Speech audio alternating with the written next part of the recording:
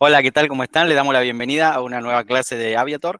Hoy vamos a tener una clase con Gustavo Alí, argentino, TLA, hizo cursos de CRM, sistemas eléctricos, entre muchos más. Y hoy va a presentar la clase de comunicaciones radioeléctricas. Así que es una clase muy interesante, muchísimo contenido. Es un nivel un poquito más avanzado, no es tan para principiantes, pero le recomendamos que todos lo vean.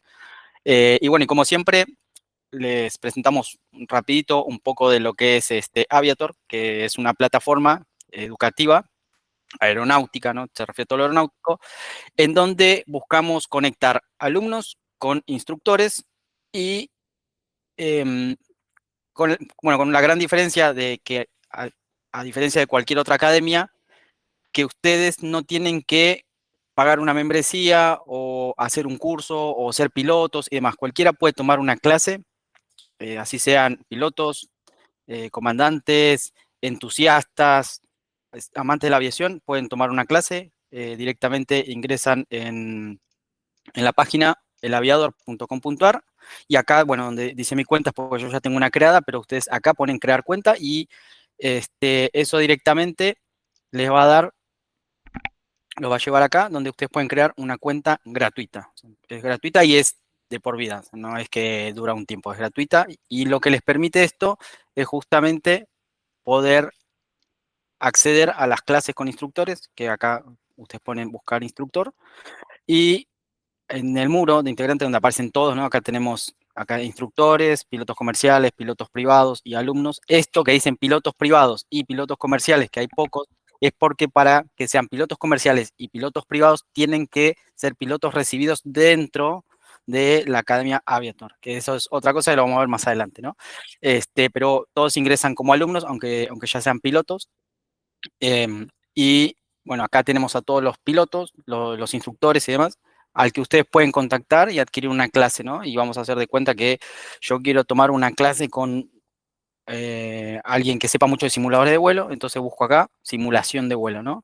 Y lo puedo buscar también por países, ¿no? Entonces yo ahora voy a poner cualquier país y acá ya directamente me sale los que tienen especialidades en simulador de vuelo.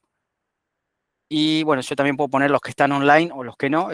Ninguno de estos está online ahora, pero si yo me pusiera como estoy online, aparecería yo solo.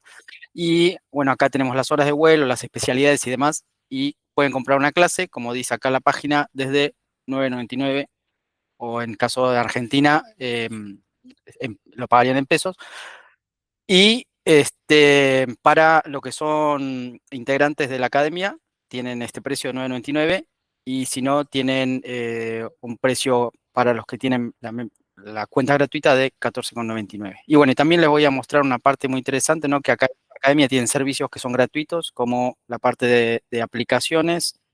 Bueno, se me está saliendo. Y acá tenemos toda la parte de la escuela, ¿no? Vamos a abrirla, más fácil. Ok, acá tenemos entonces las aplicaciones, que es lo que les estaba mostrando. Estas son aplicaciones gratuitas que pueden instalarse dentro del celular y demás. Esto lo mostramos un poco el día de ayer. Y si no, bueno, pueden ir dentro de la cuenta. Esto ya es una cuenta, una membresía que no es gratuita, ya es paga, en donde ustedes ya tienen acceso a toda esta parte. Tienen los cursos, ¿no? Diferentes cursos, que los cursos están hechos, aplicados más que nada para lo que son los simuladores de vuelo, junto con la aviación real. Tienen su libro de vuelo, acá le vamos a mostrar, que es un libro de vuelo real, y tiene una validación a través de nuestros instructores, o sea, no es que acá pueden llenar por llenar y listo, y son horas de vuelo que no tienen ningún tipo de respaldo. Estas tienen el respaldo de todos los instructores y de la academia también. Así que las horas que figuran acá realmente tienen beneficios con las escuelas que están sumadas a este proyecto, en donde ustedes después pueden ir a realizar prácticas de vuelo.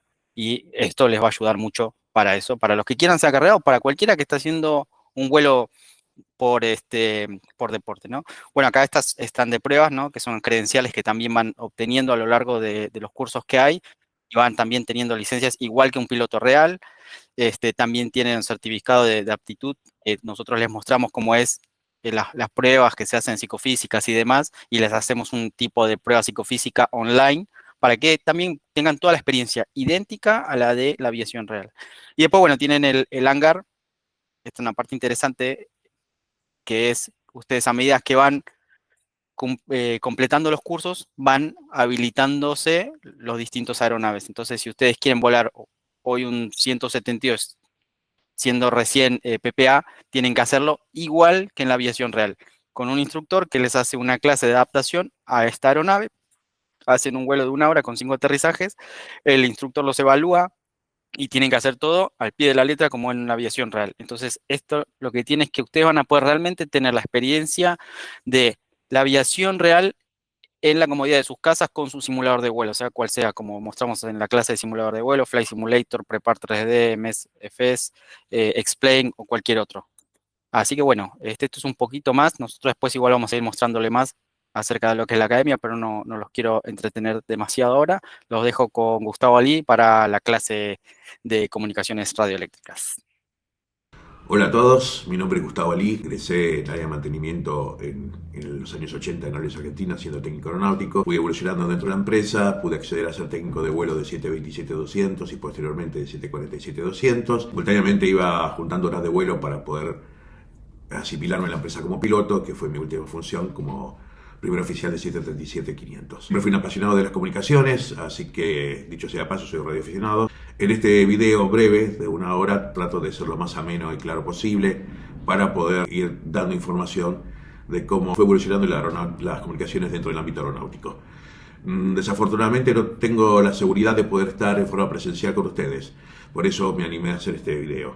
No obstante, cualquier duda que un alumno tenga al respecto, le voy a solicitar que me las hagan saber a través de mi dirección de correo electrónico, que es lbcortagus737@gmail.com, y gustosamente y a la brevedad trataré de respondérselas. Bueno, espero que disfruten del video. Gracias.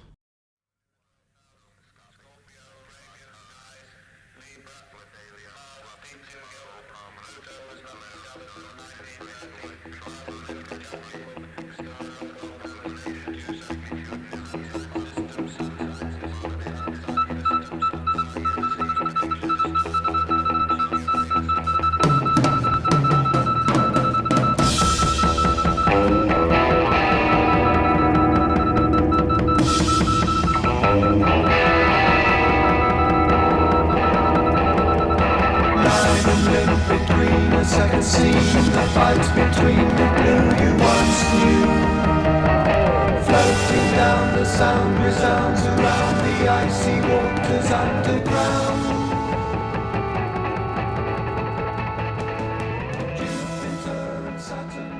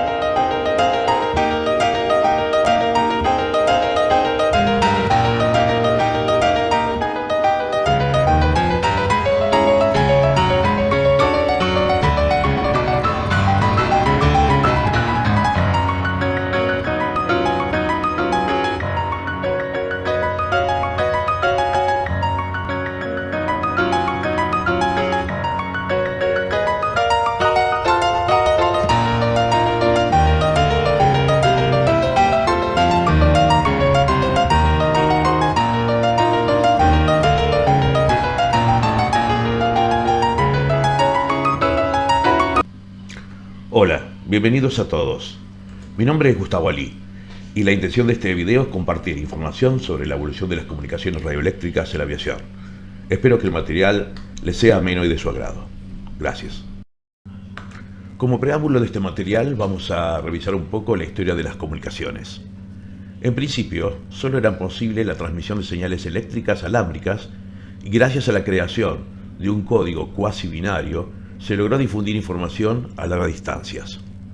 Posteriormente, cuando se descubrió que algunos materiales modificaban sus propiedades eléctricas al ser sometidos a las vibraciones, fue posible la invención del teléfono reemplazando el lenguaje de código por la voz humana. Otro hito fundamental fue descubrir que, en forma análoga a los sonidos cuando perturban las moléculas del aire, también era posible alterar el estado del campo electromagnético y que el mismo se podría propagar a la distancia. ¿Pero qué es una onda? ¿Acaso son las moléculas del aire o los electrones que se desplazan de un extremo a otro a velocidades increíbles? No, nada de eso. Las ondas son perturbaciones, y el desplazamiento de las mismas dependerán del medio en que se encuentren. En el caso del electromagnetismo, será cercana a la velocidad de la luz en el vacío. A modo de ejemplo, imaginemos un estanque circular con agua en reposo, en donde mediante una cañería en su parte superior instaláramos un grifo de manera que pueda liberar gotas en su centro. Por otra parte, que con ese grifo pudiéramos controlar el tamaño de las gotas y la cantidad que queremos liberar por segundo. Observaremos que al liberar una gota, el agua de reposo se perturba y se genera una ondulación desde el centro hacia los bordes, perdiendo energía a medida que se aleja del origen. Por otra parte, si sacáramos una foto en corte de esa perturbación, observaríamos que del punto inicial que estaba en reposo se genera un pico ascendente, que luego nuevamente vuelve al nivel de reposo y después se genera un pico descendente y nuevamente llega a ese valor cero. Ese recorrido de la perturbación se lo conoce como ciclo. Y a su vez, la distancia recorrida entre el inicio de la perturbación, cuando estaba al nivel del valle, hasta que vuelve nuevamente al otro nivel del valle, o sea, lo que ocupa el pico positivo o ascendente y el pico negativo, se llama la longitud de la onda. Si nosotros pudiéramos controlar el tamaño de la gota, que fue la propuesta inicial, veríamos que a gotas mayores de mayor tamaño, la distancia entre el valle y el pico positivo, o la parte ascendente, y el valle hacia la parte descendente, aumenta. O sea que ahí tenemos otra característica de la onda que nos da utilidad, que es la amplitud, que es la distancia entre el pico máximo positivo y la máxima de presión. Si a su vez, en vez de poder liberar una gota por segundo, empezamos a liberar más gotas, veremos que estamos alterando la frecuencia de la perturbación. O sea, resumiendo, de una onda se sacan varias características que son fundamentales. La frecuencia, que es la cantidad de perturbaciones que se producen por segundo, que después en honor al descubridor de los fenómenos electromagnéticos se lo llamó Hertz. La amplitud, que es la distancia entre el punto máximo del pico positivo y el punto mínimo del punto negativo. Y la longitud de onda, que es la distancia que recorre esa onda desde que fue originalmente perturbada hasta que completa un ciclo entero. En este gráfico justamente vamos a observar un poco más en detalle lo que mencionábamos antes. La longitud de onda es la distancia que recorre una onda, para la redundancia, a lo largo de un ciclo. La frecuencia es la cantidad de perturbaciones que tenemos por segundo, o la cantidad de ciclos por segundo. Y a su vez, la amplitud es la distancia entre el pico positivo y la máxima de presión. En el gráfico inferior observamos que cuando mayor es la frecuencia, o sea, mayor es la perturbación, el tamaño, la longitud de onda se achica. Por eso, a frecuencias bajas, longitudes de ondas largas y viceversa. Y a frecuencias muy altas, son longitudes de onda más chicas. Por eso las famosas microondas, cuando hablamos de frecuencias de radar o similares. Otra característica que también tenemos que tener en cuenta es que, independientemente de la distancia entre el valle y el pico positivo y el pico negativo, la perturbación tiene un espesor. O sea que a los costados, si lo cortáramos por el medio, se desplaza hacia la derecha y hacia la izquierda de la perturbación. Eso se denomina ancho de banda. Y es importante porque cuando mayor es la información que después queremos buscarle a esta perturbación, mayor va a ser el ancho. Y eso me va a limitar la cantidad de perturbaciones próximas que puedo yo tener. O sea, la cantidad de estaciones de radio, en este caso, que yo puedo colocar dentro de un dial. Cuando mayor es la información de la perturbación, mayor es el ancho y en consecuencia estoy cada vez limitando más la cantidad de emisoras que yo puedo poner en un espectro determinado. La física ha estudiado el comportamiento de estas ondas electromagnéticas y observó que si bien sus propiedades son similares, su comportamiento no lo es tanto. De hecho, a frecuencias muy bajas y longitudes de onda muy grandes, su forma de propagarse no siempre coincide con otras frecuencias. Hay ondas terrestres. Después, dentro del espectro que nosotros consideramos útil para la radiocomunicación, hay una parte que recurre a la capa de la ionosfera, que vamos a ver a continuación, o sea, las cargas ionizantes que están en la atmósfera, y otras que se propagan en forma directa, no perturban las moléculas de los gases que los circundan. Inclusive la visión humana también es un espectro, es una parte del espectro radioeléctrico. O sea, podemos decir que nuestros ojos son receptores de una determinada longitud de onda. Y con longitud de onda más chicas ya empieza a haber problemas, porque esa radiación electromagnética puede penetrar en el cuerpo humano, como en el caso de los rayos X, o inclusive con muchísima más penetración, como el caso de los rayos gamma. O sea que si bien todas las ondas electromagnéticas tienen las características que hablamos antes, de frecuencia, longitud de onda y amplitud en función de su potencia, ancho de banda si tuviera información incorporada o no, su comportamiento es bastante distinto en el caso de un extremo o del otro. Bueno, a modo de síntesis vamos a enumerar algunos de los elementos que hemos visto y otros que vamos a ver, que se podría decir que son los elementos básicos o los principios básicos para que pueda existir una radiocomunicación.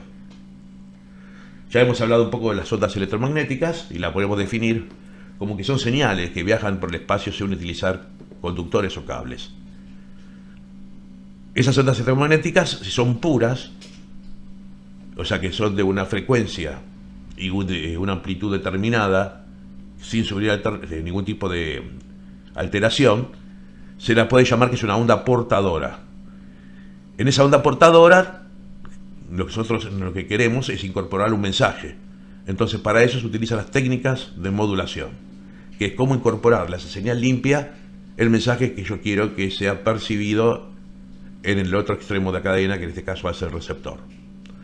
De antenas no hemos hablado mucho, no hemos hablado nada en realidad, y tampoco vamos a hablar demasiado, porque no es nuestra idea el diseño, la construcción y el análisis de las antenas, pero sí es importante mencionar que es el eslabón más importante, para la redundancia, de todo este proceso. Dado que si uno tiene el transmisor más elaborado del planeta y la antena está mal diseñada, no se aprovecha toda esa energía que produce el transmisor, y que la antena tiene por función transformar esos pulsos eléctricos en señales electromagnéticas, entonces se desmerece todo el trabajo previo que se hizo. En forma análoga con una cadena de audio, por ejemplo, podríamos hacer una similitud con los parlantes. Dado que si nosotros tenemos el mejor amplificador del mundo, no sé, high-end, por ejemplo, de calidad high-end, y los baffles son de mala calidad, nosotros no vamos a percibir toda la energía y todo el rango de frecuencias de la información que ese amplificador me puede proporcionar. Por otro lado, también vamos a hacer un símil eléctrico para aquellos que en su momento hayan visto algo de electrotecnia, con un transformador. La antena cumpliría la función del núcleo del transformador. Es el nexo entre el bobinado primario y el secundario, que sería el receptor. Por más que yo tenga el bobinado original, el primario, hecho con el mejor conductor del mundo, con oro o con enfriado y transformado en superconductor, si el núcleo está mal diseñado o utiliza materiales de baja calidad, gran parte de esa energía se va a perder y no va a ser correctamente transferida al secundario. Bueno, de la propagación, ahora en las próximas placas vamos a ver un poco el tema, pero fundamentalmente, como mencioné anteriormente, depende de qué frecuencia, qué longitud de onda vamos a utilizar. Se podría decir que hay tres tipos de propagaciones o tres formas de propagarse la onda. En frecuencias muy bajas y longitudes de onda muy largas, la propagación fundamentalmente es por onda de superficie, por lo cual hay mucha atenuación de señal. y hace falta equipos muy poderosos, pero tiene la ventaja que al no depender del entorno ionosférico, el entorno de la atmósfera, las señales son muy estables. Es el caso que se utiliza, por ejemplo, para la vieja navegación Omega. Los que estén un poquito entrados en años en esto ahora sabrán que antes de la existencia de los GPS había un sistema bastante avanzado en su momento de navegación que se denominaba sistema Omega y que justamente basaba su principio en una serie de transmisiones que estaban sincronizadas en el mundo en frecuencias muy bajas, y en función de la diferencia de tiempo en que se recibía una transmisión con respecto a otra, el sistema podía determinar en qué posición uno se encontraba. Este sistema también en algunos casos se le dice LORAN, o es similar a LORAN en realidad, no es que se denomine igual, sino que son similares. Utiliza frecuencias muy bajas, por debajo de las frecuencias de ADF o las de onda media, el orden de los 100 o 200 kilociclos, o sea, de 100 a 200.000 ciclos. Después, ya en el rango de las ondas medias a las ondas cortas, lo que es la MF y la HF, la propagación ya empieza a tener efectos sobre la atmósfera, dado que las ondas logran despejarse de la superficie terrestre, atraviesan la atmósfera y cuando se encuentran con las diferentes capas ionizables, en ellas perturban, como hablamos en otra oportunidad, la polaridad eléctrica de esos iones. Son capas que tienen una polaridad preestablecida, está en equilibrio, alteran esa polaridad eléctrica y permite el rebote de esa señal hacia Tierra. En función de cuál de las capas uno va a perturbar, logra que los contactos sean de distancias medias a distancias a largas distancias. Bueno, metiéndonos un poquito más en detalle de la porción del espectro que se utiliza para las comunicaciones de datos o de voz, vemos que se asignó para el ámbito aeronáutico una porción de las Very High Frequency, las VHF, que van entre 118 y 137 MHz. Esta porción, al ser una frecuencia elevada, su propagación no depende de las características de la atmósfera, sino que son punto a punto, tiene un alcance visual. Pero son estables, justamente, al no depender de las capas ionosféricas. Y cuando se necesita transmitir a distancias mayores datos o voz, se asignan para ciertos controles interoceánicos o inclusive para comunicaciones empresariales una porción de las ondas cortas o las high frequency, que eso en cada carta de navegación figura las frecuencias de control cuando, por ejemplo, uno se traslada del continente americano al europeo, porque no hay cobertura, sería imposible en el medio del océano tener una cobertura en VHF, a menos que se utilice sistemas de comunicación satelital, que es lo que se está atendiendo actualmente. Omití en esta narración la parte de emisión y recepción, pero bueno, como podrán adivinar, para poder transformar ese mensaje que nosotros queremos llevar a una distancia determinada y la misma pueda ser decodificada, hace falta dos dispositivos. Uno que la codifique y pueda transformar ese mensaje en señales eléctricas, y otra que pueda percibir a través de un sistema de receptor esas señales electromagnéticas y transformarlas en nuevas señales eléctricas que pueden ser datos o audio en función de lo que uno necesite. Con respecto al último punto, al espectro, bueno, ahí había un grafiquito que justamente de todo el espectro radioeléctrico hay un sector que está utilizable para comunicaciones de audio o radiocomunicación, de audio datos. Dentro de esa porción, en función de qué tipo de modulación yo utilice, ya sea alterando su amplitud, como vamos a ver a posteriori, o modificando su frecuencia, eso me va a dar un mayor o un menor ancho de banda y me va a permitir que yo pueda poner muchas emisoras dentro de un sector o muy pocas. Como en nuestro caso, lo que nos interesa es optimizar el uso del espectro que ha sido internacionalmente delegado a las comunicaciones de aviación, lo que queremos es que esas señales tengan el menor ancho de banda posible para poder permitir poner múltiples estaciones en esa porción. Bueno, en esta placa es un poco el resumen de lo que hablábamos recién del espectro. Como verán, dentro del sector que se considera apto para la radiodifusión, hay sectores de muy baja frecuencia, que es la VLF, Very Low Frequency, y a medida que vamos aumentando la frecuencia de la portadora, o de la generación de frecuencia de portadora, llegamos a extremos de la Extreme High Frequency, que es ya lo que se utiliza posterior para comunicación satelital o inclusive para ciertos sistemas de telefonía satelital. Bueno, este es un resumen de lo que hemos planteado hasta ahora. Tenemos una información, ya sea en voz o datos que queremos emitir. Necesitamos un elemento que lo codifique y que lo amplifique, que es el transmisor. Esto se conecta a un sistema de antenas que tiene por función transformar la señal eléctrica en señal electromagnética. Después, en función de la frecuencia de esa señal, se va a propagar ya sea vía terrestre, vía ionosférica o punto a punto.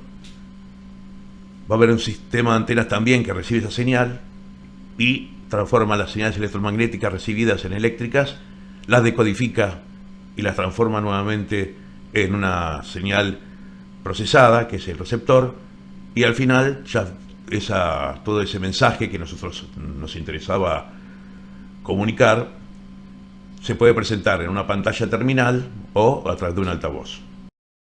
Ahora bien, para las comunicaciones nosotros no necesitamos que el operador de torre o el control o los pilotos sean cantantes de ópera. Lo que necesitamos es que su modulación sea cristalina y sea legible. Por lo cual, la voz humana dentro de un espectro de 300 Hz a 3000 Hz, este cuadro simplemente es ilustrativo y es un poco de lo que hablábamos antes de las capas atmosféricas y dónde se encuentra la ionosfera. Como para observar, prácticamente son las últimas capas que tiene la atmósfera terrestre. Es totalmente entendible. Bueno, esto ya hemos hablado, pero acá está un poco más esquematizado, de cómo las características de propagación de las ondas electromagnéticas dependen de su frecuencia. Para longitud de ondas muy grandes, o sea, frecuencias muy bajas, las señales se trasladan por onda de superficie. Para frecuencias muy elevadas, por encima de los 30 MHz, que es el sector denominado VHF, la transmisión se propaga punto a punto, alcance visual, con la ventaja de que es estable, pero no podemos recorrer largas distancias. Y en el espectro intermedio, lo que sería de 3 MHz a 30 MHz, son las llamadas ondas cortas. Ahí la propagación es ionosférica y nos posibilita comunicarnos a través de todo el globo. Bueno, en este gráfico observamos lo que hablamos antes en forma más visual. Hay una onda portadora de una frecuencia constante, hay una información que llamamos modulación, y en función de cómo querramos implementar esa información en la portadora, variaremos su amplitud o variaremos su frecuencia. De ahí viene la amplitud. Se acordarán que al principio del video les había mencionado que cuando hay una modulación en amplitud, no solamente varía la distancia pico a pico de esa onda portadora, sino que también a los costados se produce una deformación, que en el caso que esté correctamente modulado son como dos triangulitos que están a la derecha y a la izquierda de esa frecuencia portadora. Esos triangulitos se denominan bandas laterales, y en el caso de las transmisiones en onda corta, para optimizar aún más el espectro se elimina una de ellas, que se llama banda lateral única. Entonces permite que en una sola frecuencia, supuestamente y en teoría, pueda haber dos transmisiones simultáneas, una en una banda lateral superior y una en una banda lateral inferior. Aunque esto es muy teórico y en la práctica, si bien se reduce mucho el ancho, no permite hacer eso. Bueno, aquí se ve visualmente lo que expliqué recién, el tema de las bandas laterales. Esto en teoría permitiría dos emisiones simultáneas en la misma frecuencia. Es un método muy utilizado por la radioafición, pero si bien es cierto que reduce el ancho de banda, no es tan exacta como para permitir dos transmisiones simultáneas como dije anteriormente. Bueno, ahora sí nos vamos a meter un poquito más en nuestro campo. Como imaginarán, al principio de la aviación, la densidad de vuelos que había era muy escasa, se realizaban en condiciones visuales, en VFR, como ocurre todavía en muchos aeródromos no controlados en Argentina y en Latinoamérica, motivo por el cual no se percibía la necesidad de una comunicación entre la aeronave y la Tierra para conocer las condiciones actuales del aeródromo. Como verán, a medida que se fue incrementando el tráfico de vuelos, esa necesidad surgió de parte de las tripulaciones y entonces se empezaron a desarrollar algunos equipos para ser instalados en los aviones. Como la fonía todavía no estaba muy avanzada, como verán en este gráfico, en 1912 se empezaron a hacer primeras comunicaciones radiotelegráficas utilizando ese código Morse, que yo lo definí medio cómicamente como pseudo digital. Pero claro, por más habilidoso que sea el manipulador telegráfico, es poco preciso y muy largo preguntarle, por ejemplo, a la base cuál es el ajuste altimétrico que requiero para que el altímetro me indique la elevación del aeródromo. Por eso se inventó, o se creó, mejor dicho, un código, el código Q, que también se utilizaba en otros ámbitos, en la Marina y en otras comunicaciones radiotelegráficas, para simplificar la tarea.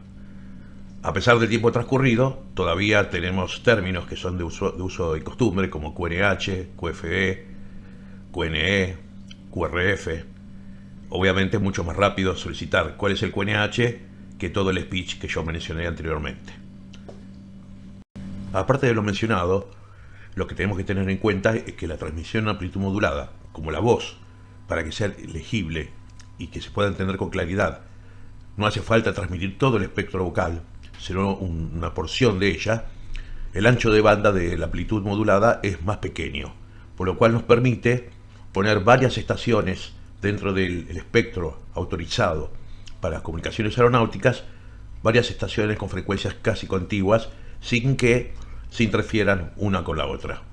Por otro lado también, históricamente, cuando no había desarrollo suficiente para los receptores de frecuencia modulada, se empezó a estandarizar a nivel global la utilización de la amplitud modulada, y hoy por hoy, aparte de las ventajas que ya hemos mencionado, sería muy costoso reactualizar toda esa tecnología modulada o la frecuencia modulada. En esta placa podemos observar en forma más sintética los dos servicios aeronáuticos vigentes: el servicio fijo aeronáutico, o AFS, y el servicio móvil aeronáutico, que más nos atañe, que es el AMS. Y ahora viene la pregunta del millón: ¿por qué, a pesar de todos los adelantos tecnológicos, se sigue utilizando la transmisión en amplitud modulada en aviación? Bueno, en esta placa lo podemos observar. Cuando hay dos transmisiones simultáneas en amplitud modulada, la más potente no tapa completamente a la otra, sino que se mezclan. Se genera un sonido, un chirrido que se llama heterodina, y eso permite tanto a la otra aeronave como al control saber que hubo dos transmisiones simultáneas. En cambio, si se transmitiera en frecuencia modulada, la estación más próxima o la que tiene más potencia anula completamente a la otra, por lo cual nunca nos enteraríamos si otra aeronave necesitaba contactarse con el control o había requerido alguna nueva instrucción. Ahora bien, ¿cómo se ha organizado a nivel mundial los servicios de comunicación aeronáutica? Básicamente hay dos grandes grupos: el servicio fijo aeronáutico, que es el que se encarga de transmitir los planes de vuelo y los datos de NOTAM y demás entre estaciones fijas, y el servicio móvil aeronáutico, que es el que nosotros vamos a utilizar, que permite la comunicación entre aeronaves y la comunicación entre aeronave y control. Para este servicio se utiliza habitualmente, como hemos mencionado, la banda de VHF, que dentro del espectro de los 118 a 137 MHz. Cuando hay viajes transoceánicos, también se puede utilizar, o se utiliza en realidad, donde no hay lugares con cobertura VHF, los equipos de alta frecuencia, entre 3 y 30 MHz, como hemos comentado. Aunque esta carencia de cobertura del VHF está siendo reemplazada por comunicaciones satelitales, particularmente de datos, dando mayor eficiencia y seguridad. Con respecto al servicio móvil aeronáutico, la OASI ha establecido normativas muy precisas y recomendaciones para que justamente minimizar la cantidad de errores operativos que pudieran surgir. Entre ellas, como se menciona en esta placa, se pide que se ciña estrictamente a la fraseología, que se cumplan con los procedimientos tales como han sido publicados respecto a rodajes, despegues y aterrizajes, y que se tenga presente también las frecuencias operativas de cada sector en particular. En aeropuertos que tienen mucho tráfico, hay frecuencias determinadas para la puesta en marcha, hay frecuencias para el rodaje y hay frecuencias que ya dependen de la torre para la autorización de despegue. En esta placa ahora observamos más en detalle lo que habíamos hablado antes. En aeropuertos donde existe mucho tráfico, se asignan diferentes frecuencias para los servicios que secuencialmente pueden llegar a necesitar la tripulación. La primera frecuencia es la de autorizaciones o clearance, en donde se da el límite de la autorización, que es generalmente cuál va a ser el aeropuerto destino, cuál es el procedimiento de salida vigente en ese momento, cuál es la pista en uso, también que está activa en ese momento, cuál es nuestra altitud inicial, el código de transpondedor que debemos asignar a nuestro vuelo y la frecuencia de salida al tráfico y a las operaciones. Este servicio de autorización a clearance nos va a derivar a una nueva frecuencia, que es la que corresponde al servicio de superficie o ground. Aquí vamos a informar que estamos en condiciones para retroceso y puesta en marcha, y este servicio nos lo autorizará si es factible. Posterior a la puesta en marcha, o a veces inclusive durante la puesta en marcha, se solicitará la autorización para comenzar el retroceso de la aeronave y posterior a la misma que se nos autorice a rodar hasta el punto de espera del aeropuerto. Normalmente los puntos de espera, si no hay intersecciones y con tráficos que nos soliciten detener nuestro rodaje, se va a encontrar a 90 grados de la pista activa. Una vez llegado a ese punto, informaremos a este servicio de ground que estamos a 90 grados de la pista, y este servicio nos derivará a una nueva frecuencia, que es la que corresponde a la frecuencia de torre. Este servicio es el único que nos puede autorizar el ingreso a la pista y posterior despegue. Y en el caso de aeronaves que se encuentren en la aproximación final, es el único servicio que puede autorizar el aterrizaje y posteriormente indicarnos por qué salida de la pista tenemos que abandonar la pista activa y comenzar nuestro rodaje. Es muy importante, ante cualquier duda que uno tenga de las instrucciones de cada uno de los servicios que nos hemos contactado, que no nos quede algo claro, volver a insistir y volver a facilitar que nos la repitan. A su vez, es una buena práctica, una vez recibidas las instrucciones, colacionarlas y hacer el feedback con la frecuencia que las otorgó, para que ellos también verifiquen si uno la interpretó correctamente o no. Es siempre preferible que a uno lo tilden de ser un poco sordo, por más que uno interrogue la instrucción 5 o 6 veces, la que haga falta, que a uno lo tilden de ser medio sonso y casi provocar un incidente. Se recomienda como ayuda de memoria la palabra CRAFT, C de Clearance Limit, la R de Fillet Route, o sea la que está declarada del plan de vuelo, la A o A de Altitude, la F o F de Departure Frequency, y al final T, que es el código de accidente o un accidente grave, o autorización de aterrizaje.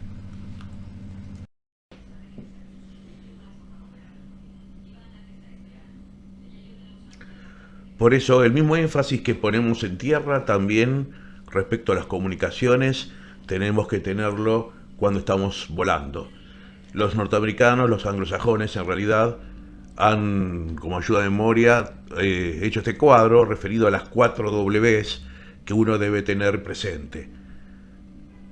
Referida a quién estoy llamando, tener en claro con qué control uno se está comunicando, quién soy yo, o sea, cuál es mi identificación de aeronave, en qué posición me encuentro y cuál es mi requerimiento.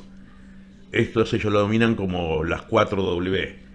Y bueno, exactamente cualquier duda que uno tenga, tiene que reiterar la solicitud hasta que no exista ningún tipo de inconveniente en cuanto a la claridad de lo que nosotros necesitamos y de las instrucciones que nos están otorgando. Afortunadamente, en los últimos tiempos no ha sido tan extraño los accidentes provocados por incursiones de aeronaves a pistas activas cuando se estaba ya a una aproximación final otra aeronave, o cuando una aeronave no había aterrizado y aún no había abandonado la pista activa.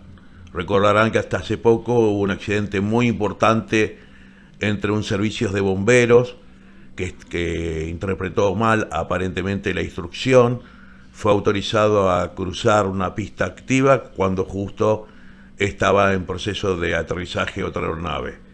Por eso vuelvo a recalcar la importancia de reiterar las instrucciones cada vez que tengamos alguna duda. No quedarnos nunca con dudas de si nos han autorizado o no, que el nivel de vuelo que nos asignaron, cada instrucción en cada frecuencia de los servicios que mencionamos.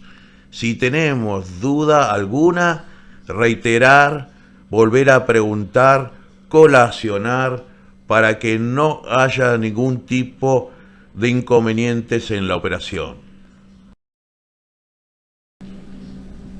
Esto va a sonar redundante, pero la OASI recalca la importancia de todos estos puntos. El uso de la fraseología estándar, la escucha activa y la confirmación, que es lo que estamos hablando, y tener un conocimiento de qué servicio estamos en ese momento afectando. Si es autorización, si es el de rodaje puesta en marcha, o si es la torre. Nunca quedarnos con dudas, nunca jamás. Siempre, y lo vuelvo a reiterar, es preferible que digan que el piloto es medio sordo a decir que es bastante tonto. Bueno, a los efectos de ir finalizando este audiovisual, vamos a hablar un poco de los transpondedores. ¿Qué son los transpondedores? Es un dispositivo que se ha vuelto imprescindible y aparte requerimiento para volar dentro de espacios aéreos controlados. ¿Por qué? Porque este sistema, que está vinculado a la información que se presenta en el radar de los controles de vuelo, es un dispositivo que se asignan 4 códigos.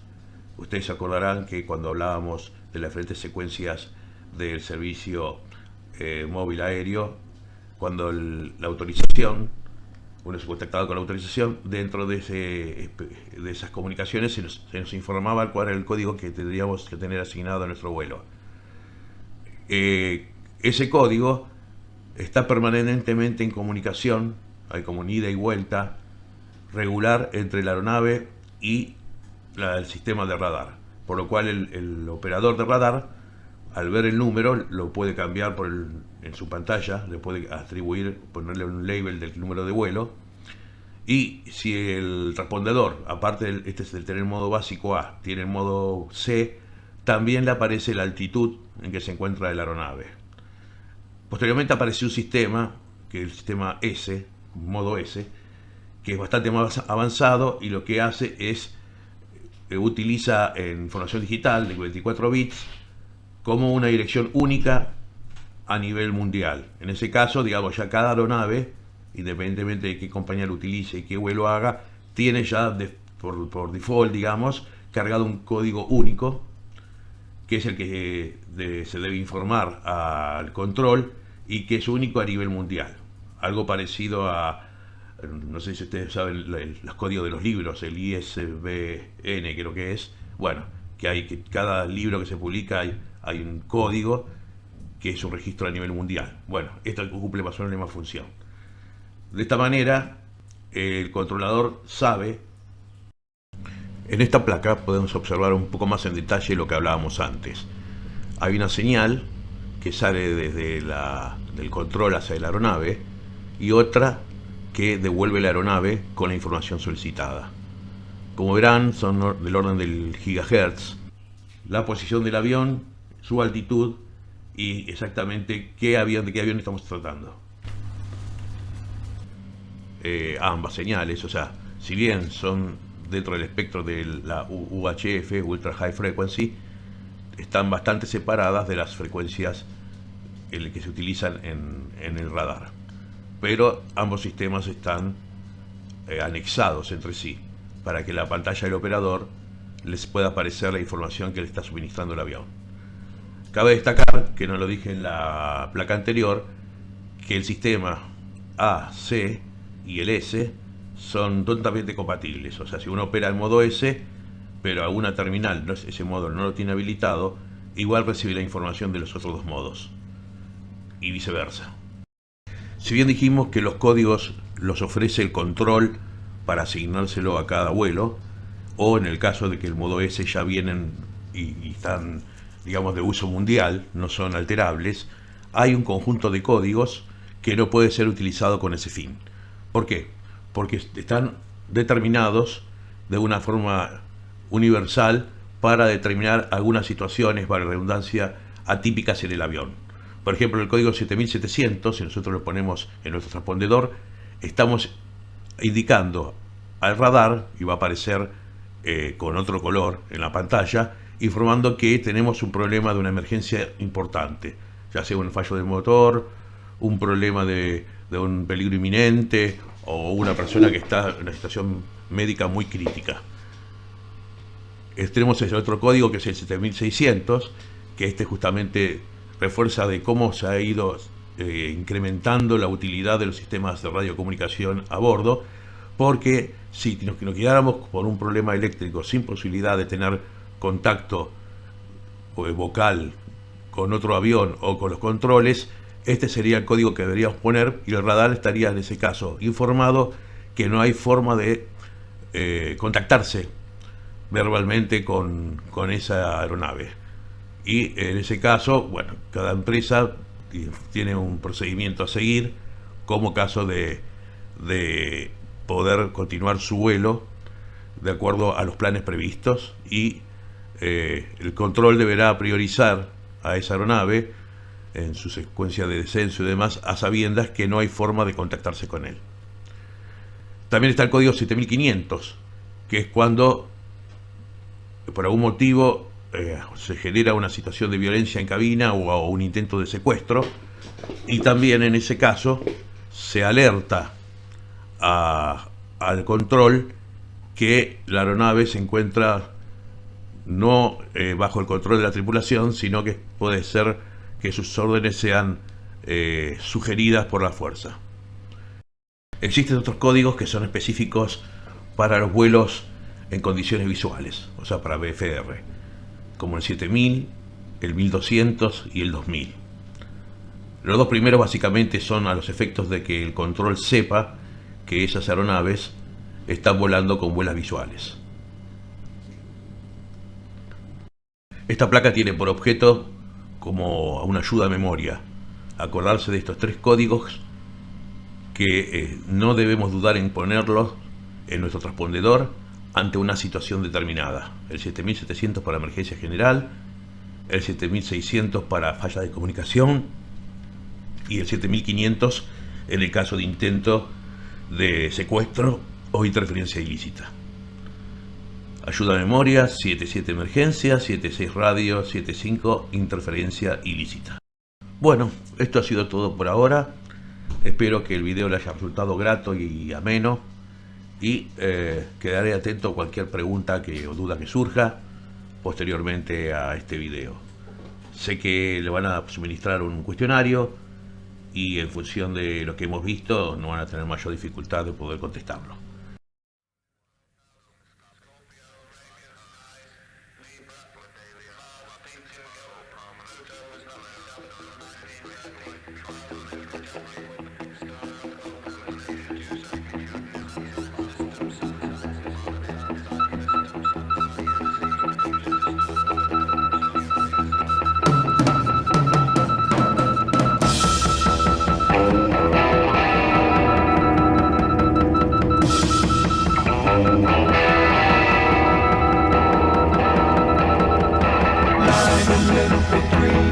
scene, the fight between the blue you once knew.